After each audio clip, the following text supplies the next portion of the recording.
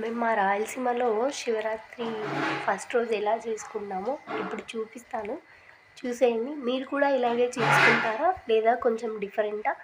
Comment సెక్షన్లో ఖచ్చితంగా చెప్పండి. మీరు నాకు సపోర్ట్ చేస్తారని అనుకుంటున్నాను. Please like, share, support, subscribe. I hope you all are support మీ.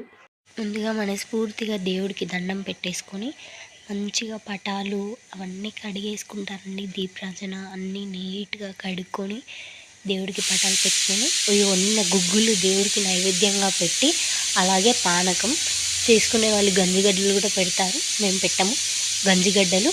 అలాగే టిఫిన్ ఉండాలి కదండి. టిఫిన్ మా ఇంట్లోకి అనమాట ఇలా దోశను మరియు ఇత్తనాల కూర అని అంటాము. ఈ ఇత్తనాల కూర మీకు కావాలి అంటే కామెంట్ చేయండి, నేను చూపిస్తాను. అది తిన్న తర్వాత బ్రెడ్, బిస్కెట్ మరియు టీతో కంప్లీట్ చేసేస్తాం. ఉపవాసం ఉండే వాళ్ళు ఉంటారు, ఉండని వాళ్ళు ఉండరండి. ఎవరి భక్తి వాళ్ళది, ఎవరి ఇష్టం వాళ్ళది అన్నట్టు. అంతే అండి. ఇదే మా శివరాత్రి.